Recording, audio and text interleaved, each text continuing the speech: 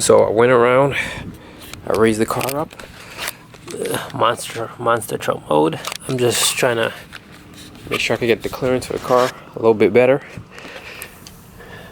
See what figure out what's going on. This one I raised it. This side is fine. The front I think I went a little too high, so I had to lower the front a little bit. But for right now, at least I shouldn't be scraping the exhaust. So I'm fine with this. I raised everything up. And I raised over here. They're all matching. This is 2.5 in the front. And I forgot the size in the back, but they're all matching. Changed the dampening. So I'm going to take it for a quick spin. See how it feels. And yeah, this is looks like it's still be the same, but we're going to test everything out real quick. So right now I'm going to take another spin. I fixed it up in a charging picture. Still seeing electric. It's a little too tight, so I'm going to try to loosen it up next, but see, you hear it? So the belt's a little too tight, so I'm going to loosen it when I come back, and hopefully no issues. So we're going to take the car for a quick spin and see if any of the adjustments on the coilovers or anything made a big impression. I also adjusted the alternator, so that should get rid of that noise hopefully.